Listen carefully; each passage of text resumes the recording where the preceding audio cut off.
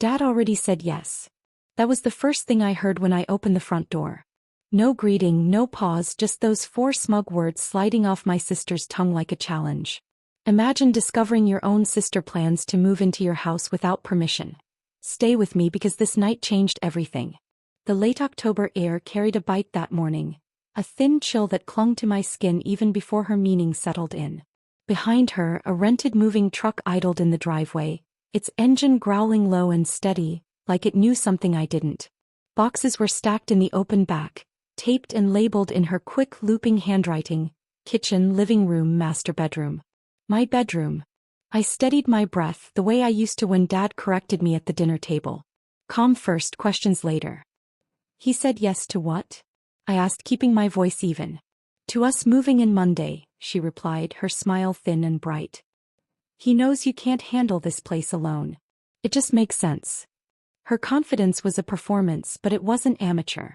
She leaned casually on the doorframe as if she'd already measured the living room curtains in her mind. I noticed the faint smell of her perfume, sweet vanilla with a sharp, synthetic edge, pushing against the earthy scent of damp leaves outside. Inside my pocket, my phone buzzed once. Security system. Motion detected. I didn't need to look. I'd set it to ping me the moment anyone stepped onto the porch. The notification wasn't a warning. It was a quiet affirmation. The plan I'd prepared was working. I let the silence stretch, the cold air pressing between us. A crow cawed from the maple tree near the sidewalk, the sound sharp and almost metallic. Dad's worried, she went on, brushing a strand of hair behind her ear. You know how big this house is. He said it's not safe for you to live here all alone. You'll love having company. We'll help with everything. Company. Help. Words dressed up like gifts but heavy with ownership. I pictured Dad's familiar frown when I told him last month that I didn't need assistance. He'd waved a dismissive hand saying family should stay together. He loved a good decree, especially when it wasn't his house to decree about anymore. I stepped back just enough to let the warm smell of fresh coffee drift through the doorway. That's thoughtful, I said, and watched confusion flicker in her eyes. She expected protest, maybe even tears. Calm agreement didn't fit the script. The moving truck rumbled louder, a hint of exhaust creeping toward the porch. A man I didn't recognize, her boyfriend of the month probably, appeared near the back, tightening a strap on a dolly. He gave a half wave, then glanced at my sister as if waiting for instructions. My phone buzzed again. Camera 1, recording started. Good. Let it record everything. You should start clearing a room, she said brightly. We'll bring the crib first. Dad wants the baby settled. The baby card. She always played it when she needed leverage. I pictured the tiny shoes she'd left on Dad's mantle the day she announced her pregnancy, the way everyone had clapped while I stood with an empty glass. I rested my hand against the door, feeling the smooth wood under my palm. Monday, you said? Morning, she confirmed. We'll be here early. Dad will help us move the big pieces. He said he'd bring breakfast. The mention of Dad's breakfast, a family ritual of lukewarm coffee and 2 sweet rolls, twisted something deep in my chest. Years of Sunday mornings flooded back, Dad carving ham while reminding me to be more flexible, my sister grinning when he sided with her over small disputes. I tightened my grip on the doorframe. And you think Dad's approval is all that matters? Her smile sharpened. It's his word, isn't it? My phone buzzed a third time, this one different. A low vibration for system readiness. I'd reprogrammed the locks last night, each code reset, each access list cleared except my own. Her key, copied months ago when she'd borrowed a spare, was now nothing more than a piece of useless metal. I glanced toward the street. The sun had slipped behind a cloud, turning the neighborhood a muted silver. Wind stirred the fallen leaves, sending dry whispers across the concrete. You're quiet, she said, tilting her head. You're not upset, are you? No, I answered, and the truth of it surprised even me. I wasn't upset. I was ready. A small subplot unfolded behind her, the boyfriend struggling with a box labeled family photos. The tape gave way with a loud rip and a stack of frames spilled across the truck bed. Glass clinked. One photo slid face up to the edge. A picture of us as children, both in matching holiday sweaters, Dad standing behind with a proud grin. The boyfriend caught it just in time, holding it awkwardly before tucking it back. My sister didn't notice. She was too busy measuring my silence. You'll see, she said, lowering her voice as if sharing a secret. This will be good for you. You'll finally have people around. Dad said. Dad doesn't own this house, I cut in gently. I do. The words landed soft but heavy. A small victory carefully placed. Her eyes narrowed, a flicker of doubt breaking through. Well, she said after a beat, Dad still thinks. A sharp chime interrupted her. The porch light above us clicked on even though the afternoon sun still lingered. Motion triggered but only by my command. The warm glow cast a pale circle around her shoes, highlighting a thin line of mud along the sole. What was that? She asked. Just a system check, I replied, tapping my phone without looking down. In truth, it was a silent confirmation that the locks had switched to secure mode. From this moment no outside code would open the door. Her hand tightened on the strap of her purse. You and your gadgets, she said with a forced laugh. I smiled faintly, letting the sound of the moving truck fill the pause. Inside, the faint hiss of my coffee maker timed each second. A neighbor's dog barked twice, then went silent as if sensing the tension.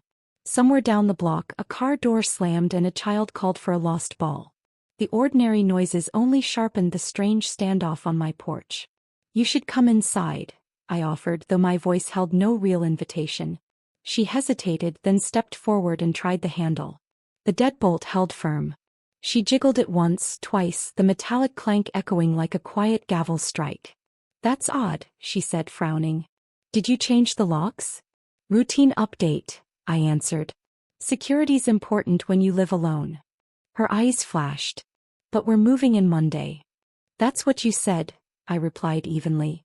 But my system doesn't recognize you. For the first time her confidence wavered. She glanced back at the truck, then at the boyfriend who pretended to tighten another strap. Dad wasn't with them yet, probably waiting for the grand reveal. Look, she said, lowering her voice, don't make this harder than it needs to be. Dad said. Dad can say a lot of things, I interrupted, still calm. But the locks listened to me. The porch light flickered again, brighter this time, bathing us both in a sharp white glow. She blinked against it, squinting as if the light itself carried a warning. Behind her, the boyfriend dropped another box. Glass shattered, one of the photo frames judging by the sound. The crow in the maple tree gave a single harsh call, a punctuation mark to the moment. Maybe you should call Dad, I suggested, my tone polite but unmistakably final. Her jaw tightened. I will. She pulled out her phone, the screen lighting her face in a cold blue hue. He'll set this straight. I leaned against the door, the smooth wood cool beneath my shoulder, and waited. The security notification buzzed again. All systems armed. The words glowed on my screen like a silent promise. Through the thin autumn air, I caught the faint smell of exhaust from the idling truck and the sweeter scent of the apple pie cooling on my kitchen counter. Two worlds, one outside demanding entry, one inside entirely mine. She pressed the call button and turned slightly away, her voice rising as she spoke to Dad. I couldn't hear his words, only her clipped responses. Yes. She's being difficult. No, the door won't open. Each sentence tightened the knot of satisfaction in my chest. The locks, the cameras, the paperwork, everything I'd prepared in quiet evenings while she planned her takeover, were now speaking for me. I caught my reflection in the small window beside the door. Calm eyes, steady shoulders, a faint smile that no one outside could interpret. When she turned back, frustration sharpened her features. He wants to talk to you, she said, holding out the phone like a weapon. I met her gaze, the porch light gleaming in her pupils, and shook my head. Not now. The crow cawed again, louder this time. Somewhere behind me, the coffee maker beeped its final note. I straightened, resting my hand on the doorknob, but made no move to open it. Outside, the moving truck idled, the boxes waited, and my sister's voice trembled for the first time. The lock stayed silent and firmly closed. I kept my hand on the knob, feeling the faint vibration of my sister's frustrated breathing through the wood. The crow had finally gone quiet, but the echo of its last call still hung in the air, sharp as a warning. I didn't move when she tapped the door with her fingernail. You can't keep us out forever, she said, voice rising. Dad says this is family property. Family property. I almost laughed, but the sound caught in my throat. That phrase had haunted me since the day Dad first hinted that this house, my house, was merely an extension of his legacy. I loosened my grip on the knob and let the thought settle. They truly had no idea how far ahead I'd planned. My phone buzzed again, not from the security app this time, but from an email notification. The sender's name brought a slow, steady satisfaction. Brennan and Cole Law Offices. Subject line: Trust confirmation. Final filing complete. I didn't need to open it. I knew every word by heart. Weeks earlier, while my sister was busy planning a family move, I'd been making late-night drives to a modest law office tucked behind a strip mall. The smell of old carpet and burnt coffee lingered in those halls like a quiet witness. I'd sat across from Attorney Cole, steady voice, no-nonsense eyes, as he explained each step of the trust process. Transfer of deed. Occupancy clause. Emergency security provisions. He'd slid each document across the worn oak table, and I'd signed with a careful hand, my name gliding across the page while the copier hummed in the background. Those papers were more than ink and signatures. They were armor. Outside, my sister paced the porch. Through the narrow window, I watched her shadow stretch and shrink with every anxious step. The boyfriend leaned against the moving truck, arms folded, pretending not to listen. I tapped a quiet response to the email, received thank you, and tucked the phone into my sweater pocket. My heartbeat steadied. Everything was in motion now, just as planned. Open the door, my sister demanded. We need to talk face to face. I cracked it an inch, enough to let the autumn air slip in with its damp leaf scent. Talking doesn't change paperwork, I said softly. Her eyes narrowed. Paperwork. A small thrill pulsed through me. I dropped the first breadcrumb. Routine updates, I added, letting the words hang like smoke. She tried to peek past me, but I kept my stance firm. The living room behind me glowed with warm lamplight, a deliberate contrast to the cold gray sky outside. My sanctuary. Dad's on his way, she said finally. He'll straighten this out. Of course he would try. Dad loved to straighten things. Rules, boundaries, daughters. But even he couldn't bend a notarized trust. While she fumed on the porch, my mind drifted back to the night I'd sealed the final documents. The courthouse had smelled faintly of floor wax and late summer rain. A lone janitor pushed a squeaky mop across the tiled hallway as I waited for the clerk to stamp each page.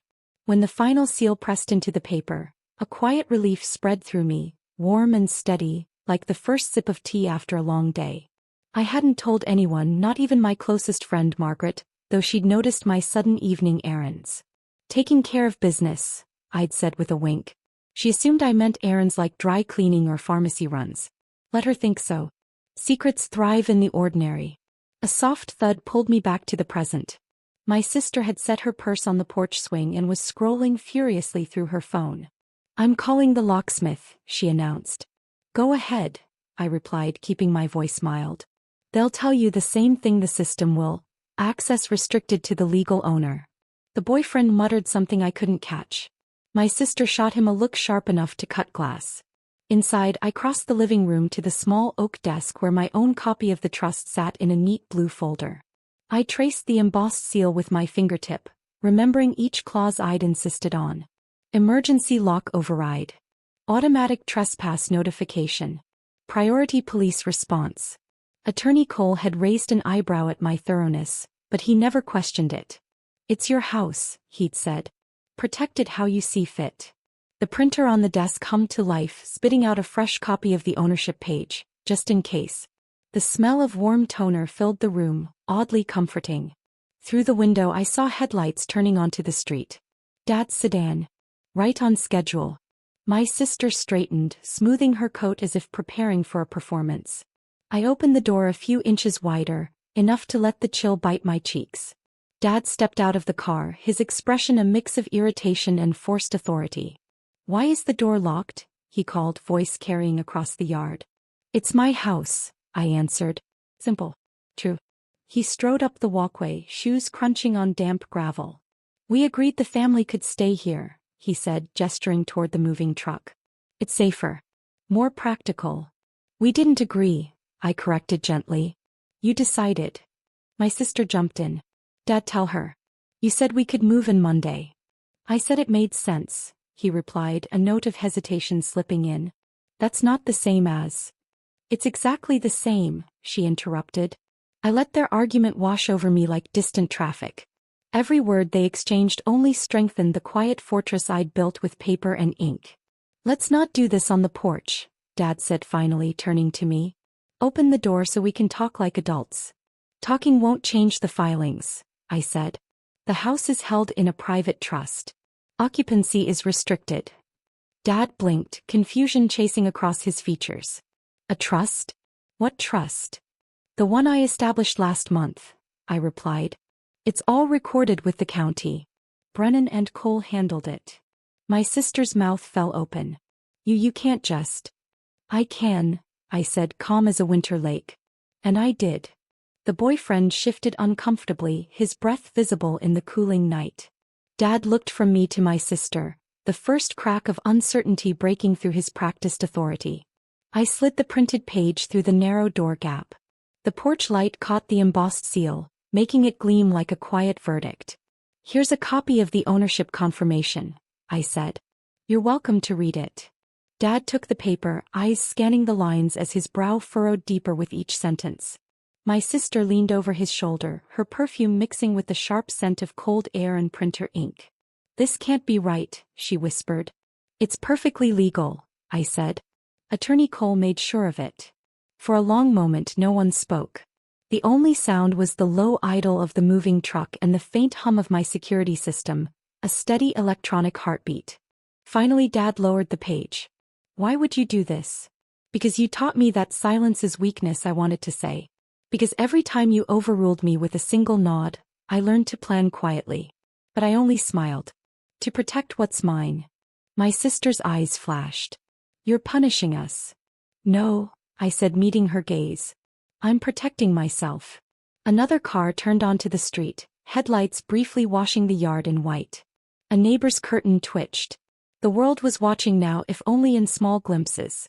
Dad sighed, the sound heavy with a lifetime of unspoken expectations. We'll talk tomorrow, he said finally. This isn't over. I nodded once. Tomorrow is fine. But the locks stay as they are. He handed the page back without meeting my eyes. My sister snatched it, scanning again as if a loophole might appear by sheer force of will.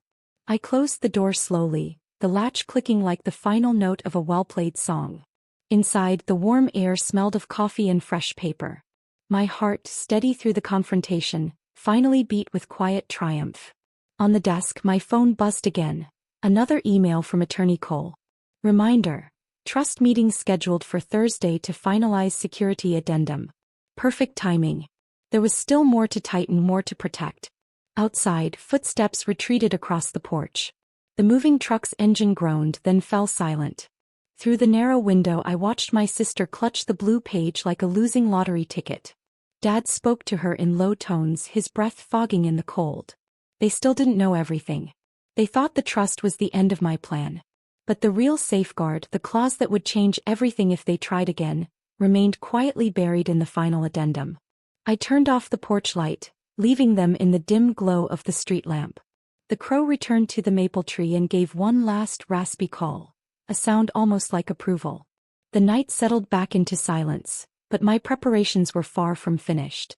I had barely drawn the curtains when a sharp mechanical chirp cut through the quiet, a new alert from the security system.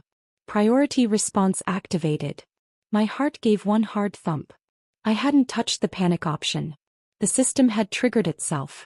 Through the narrow window I saw red taillights flaring at the corner and the faint blue pulse of an approaching cruiser. The neighbor must have called about the commotion. Good. The more official eyes on this scene, the better. Outside, my sister's voice sliced through the crisp air.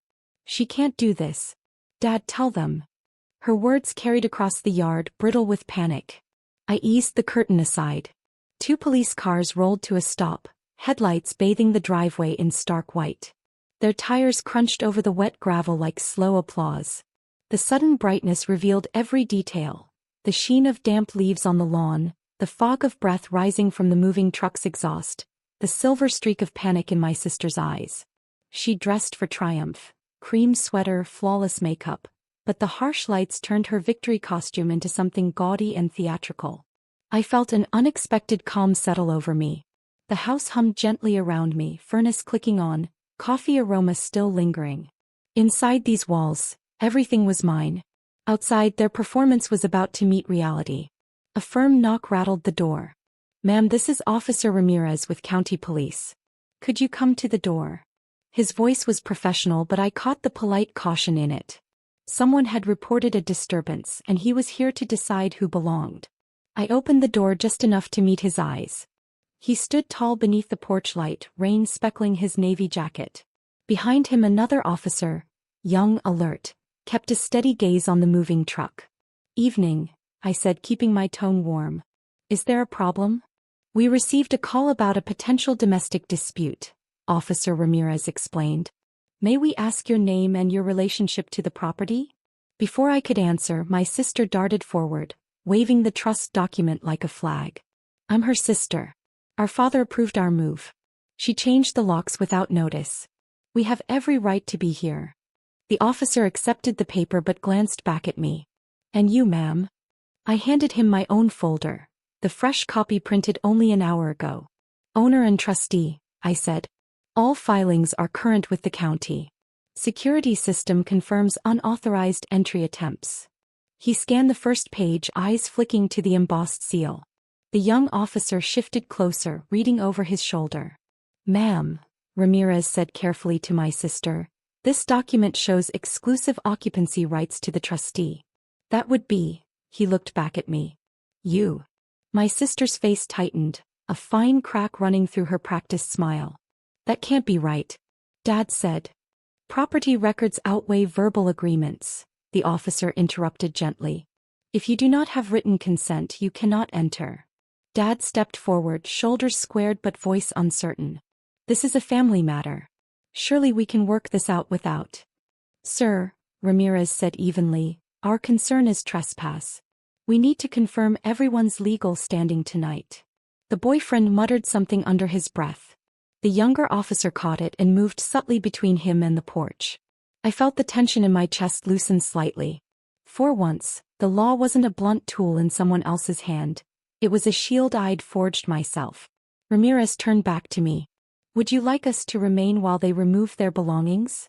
"Yes, please," I said, keeping my voice steady though my palms tingled with adrenaline. My sister's composure frayed. "We're not leaving." "Dad, tell them." Dad opened his mouth then closed it again. His authority, so solid in family gatherings, crumbled under the weight of a county badge and a notarized seal. The younger officer addressed my sister. "Ma'am, if you attempt entry after being informed of the legal occupancy, it becomes criminal trespass. We can issue a citation tonight." Her eyes darted to the truck, to Dad, back to me. For a heartbeat she looked like a child caught with a stolen cookie, indignant yet suddenly aware of consequences. Ramirez handed the papers back to me. "Keep these handy," he advised. "If there are further issues, call dispatch directly. You'll receive priority." "Thank you, officer," I said, meaning every word.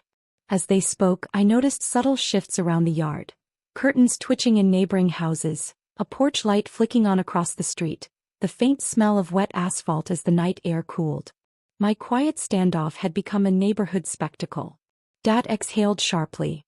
"This is embarrassing," he muttered to no one in particular. I almost felt a pang of sympathy, but years of brushed-off concerns hardened it into something steadier. "Embarrassing isn't illegal," I said softly. The officers began taking statements, jotting notes in small spiral pads.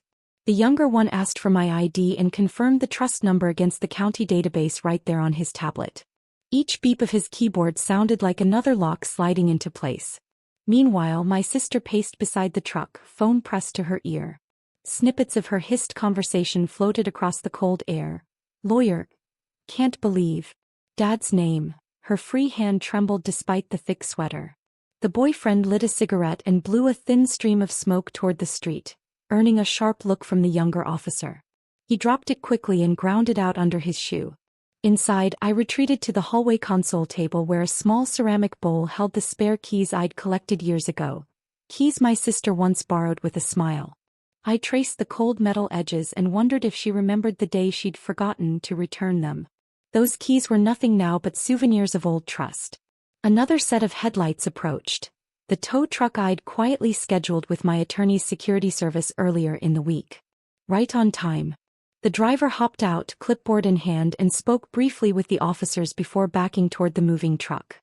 "What's he doing?" my sister snapped. "Vehicle removal," the young officer explained.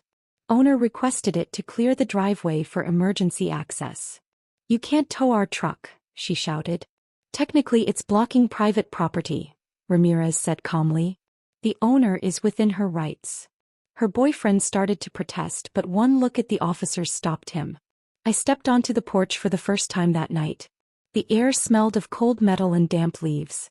"The tow will be quick," I said, addressing my sister. "You can retrieve your boxes at the storage yard tomorrow." She glared at me, eyes bright with a mix of anger and disbelief. "You planned this," she whispered. I held her gaze. "I plan to protect my home." The tow truck's hydraulic lift groaned, chains clinking in the bright floodlights. Neighbors had gathered on distant porches now, silhouettes against their windows. The scene had shifted from private quarrel to public reckoning. Dad rubbed his forehead, the weight of the moment finally bending his posture. "Let's go," he said quietly to my sister. She turned to him, desperate. "But Dad." "We'll talk later," he said, voice firm for the first time all evening. "Not here." The officers waited until the last box was secured and the truck rolled slowly down the street, red taillights fading into the night. The silence it left behind was heavier than the sound of chains. Ramirez offered a final nod. "Call us if there's further trouble." "I will," I said. "Thank you again." When the cruisers pulled away, their flashing lights cast fleeting streaks of blue across the wet pavement. I stood on the porch watching until darkness returned to its normal quiet. My sister lingered by Dad's car, phone clutched in her fist. She glanced back once, expression unreadable, before sliding into the passenger seat. The boyfriend climbed in without a word. The engine started, then idled as if Dad himself hesitated. Finally the car eased down the driveway and disappeared around the corner. I closed the door and leaned against it, the wood cool against my back. My body trembled, not from fear but from the slow release of adrenaline. The smell of cooling coffee drifted from the kitchen, grounding me in the life I'd defended. I wasn't naive. Tonight's confrontation wasn't the end. Papers could be challenged, tempers could flare again. But the first crack had appeared in their united front, and the sound of that fracture was sweeter than any victory speech. I walked to the living room window and peeked through the curtain one last time. The street was empty now, slick with dew and faintly glowing under the street lamp. Somewhere in the maple tree, the crow shifted its weight, feathers rustling like quiet applause. The house felt different, lighter, steadier, like it knew I'd claimed it not just with signatures but with resolve. I turned off the porch light and whispered to the quiet night, "Round one complete." The words hovered in my mind as I slid the deadbolt into place, but the small victory tasted bittersweet. The quiet house felt safer, yes, but it also hummed with a restless energy, like a stage waiting for its next scene. My body still trembled from the adrenaline, every nerve aware of the night's cold pressing against the windows. I brewed a fresh pot of coffee, the steady drip echoing in the kitchen like a clock marking each uneasy second. Steam curled upward, carrying the warm scent of roasted beans into the hall. I wrapped my hands around the mug, the heat grounding me even as my thoughts swirled. A soft vibration from my phone broke the silence. Incoming call. Dad. Of course. He wouldn't let the evening end without a final word. I let it ring twice before answering. "Why did you have the police involved?" he demanded, skipping any greeting. His voice was taut, low enough that I pictured my sister sitting beside him, listening. "They came on their own," I said evenly. "A neighbor must have called. You could have waved them off." "Not when they confirmed trespassing." A heavy pause followed. I heard the faint hiss of the car heater on his end, the sound of my sister whispering something sharp. "This isn't how family solves things," he finally said. "We compromise." I stared at the dark window above the sink. My reflection looked older, steadier, a woman who'd already compromised too many times. "Compromise requires respect," I said quietly. "Tonight showed me how little of that I've been given." Another pause. Then his tone softened, the way it did when he wanted control disguised as care. "We can revisit the paperwork. Maybe add their names temporarily. It would ease tension." My grip on the mug tightened until the ceramic warmed my palms. No, I said. The trust stands as filed. A faint exhale carried his disappointment through the line. You're isolating yourself. I'm protecting myself. Before he could respond, I ended the call. The kitchen clock ticked on indifferent. I moved to the living room and pulled the curtains back just enough to watch the street.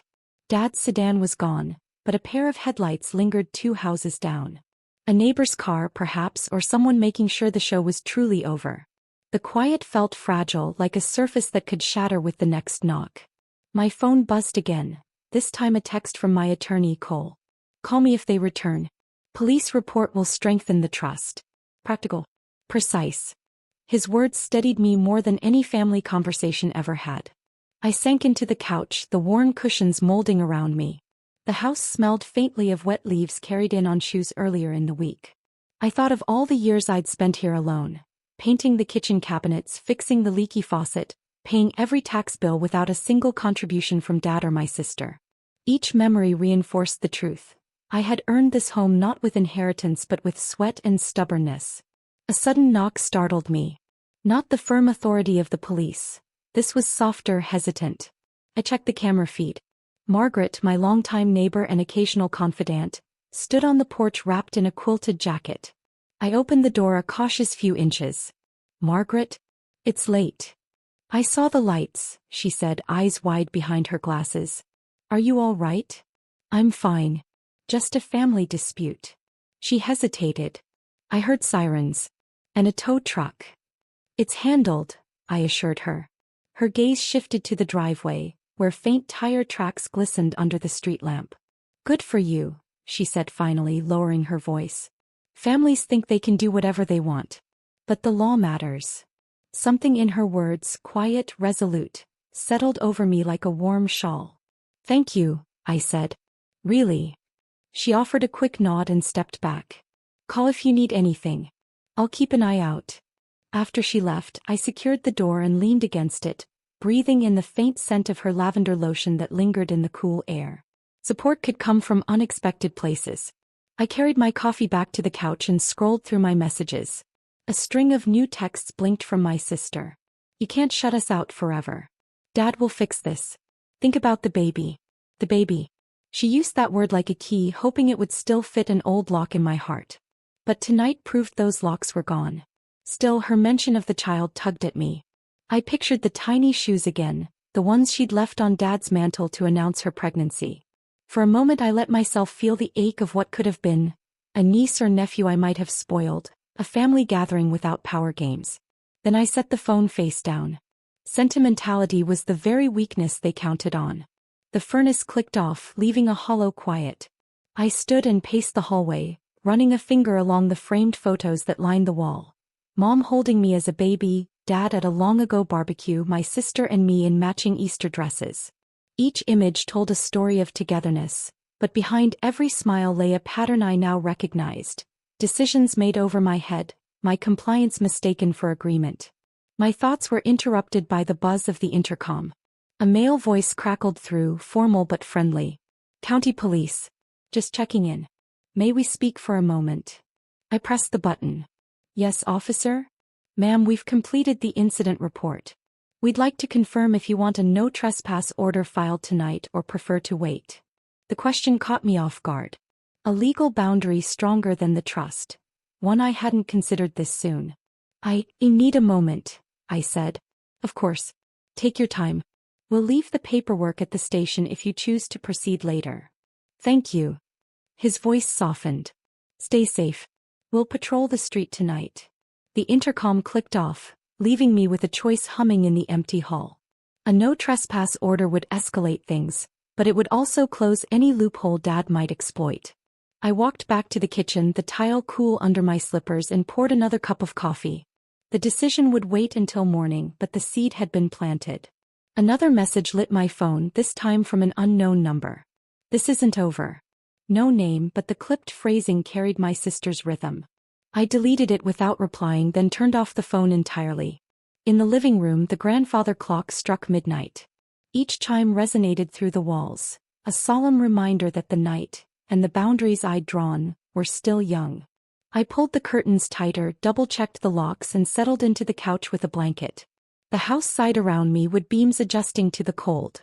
In the dim light, I noticed small details I'd overlooked during the chaos. A faint scratch on the floor near the door where the deadbolt had slid, a forgotten teacup on the bookshelf, the gentle flicker of the security camera's blue indicator. Each object felt like a silent witness, recording the night's shift in power. I thought of Mom again, gone these many years. She had once told me that boundaries were like fences. You build them not to shut people out but to show them where the gate is. Tonight I finally understood. The trust, the police report, even the possible no trespass order.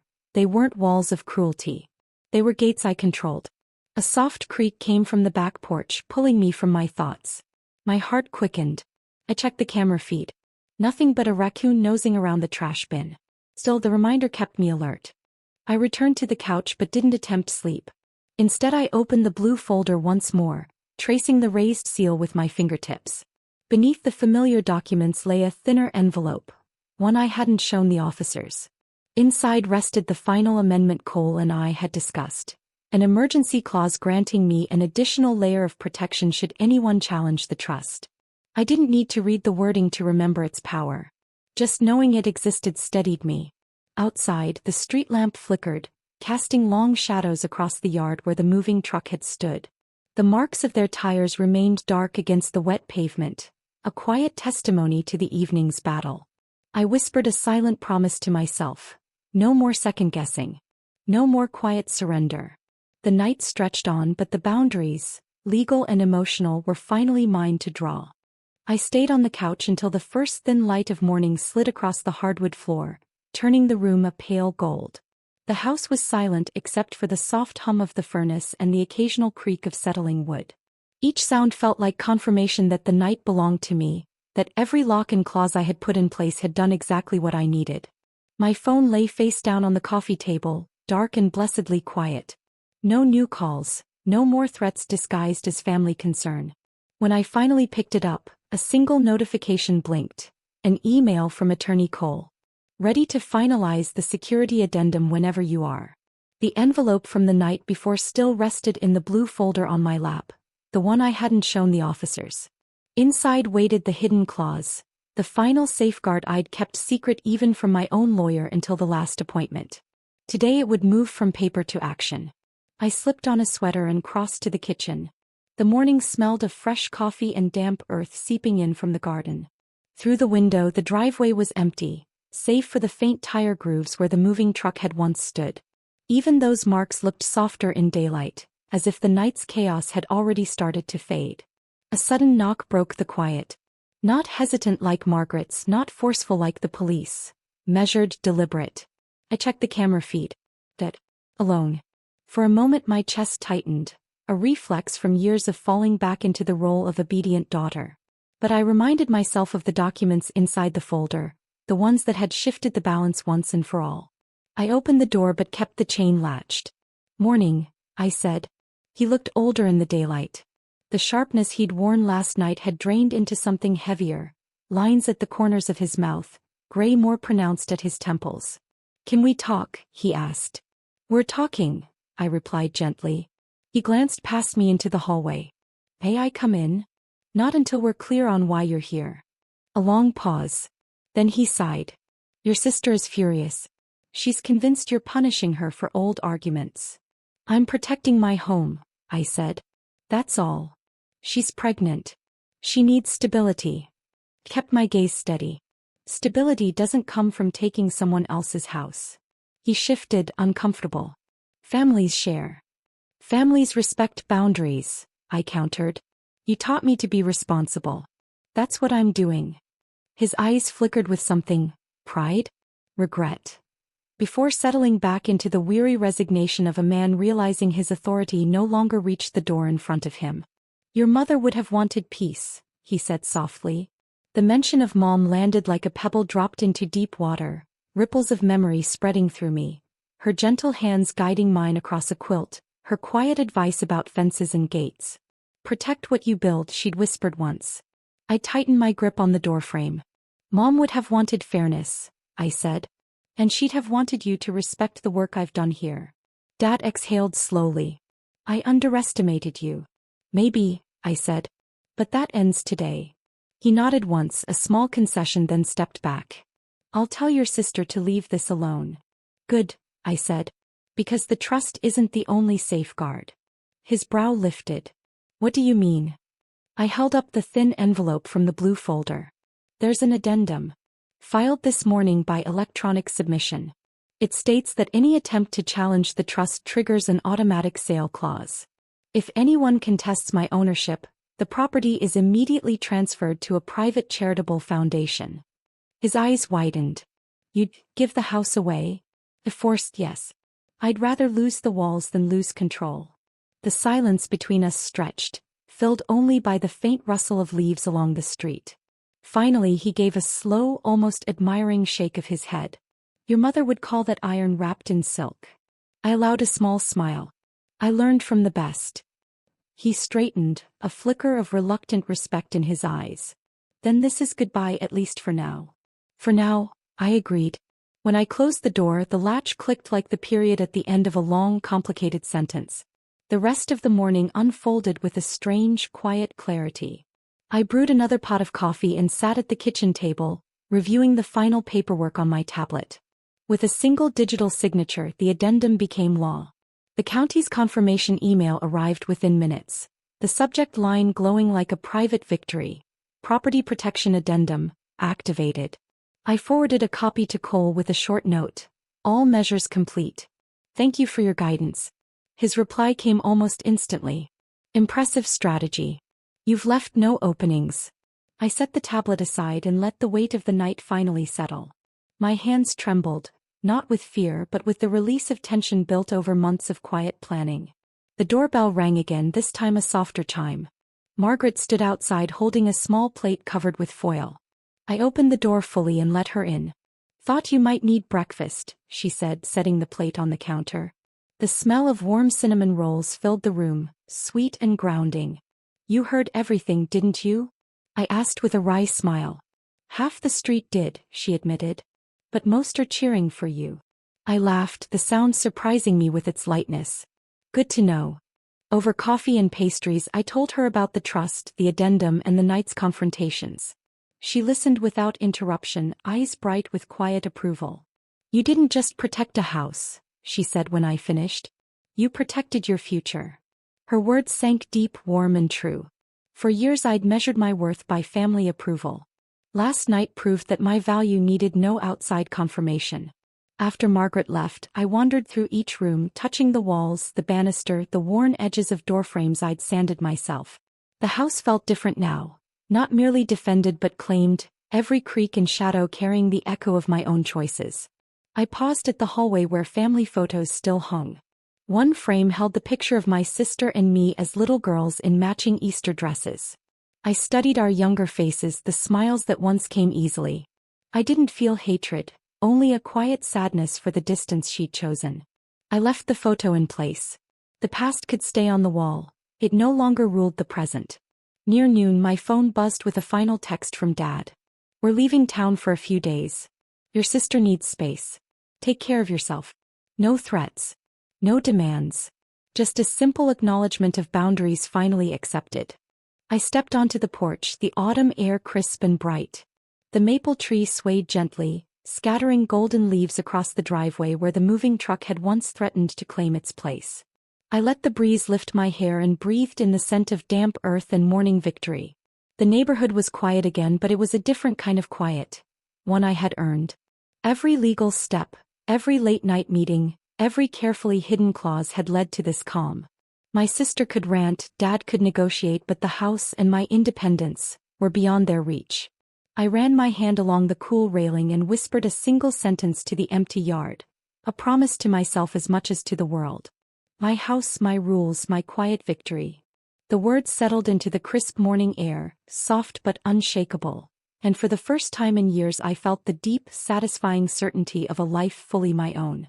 If this story gripped you as much as it did me, tap subscribe for more powerful revenge and betrayal stories. Your next favorite twist is already on the way.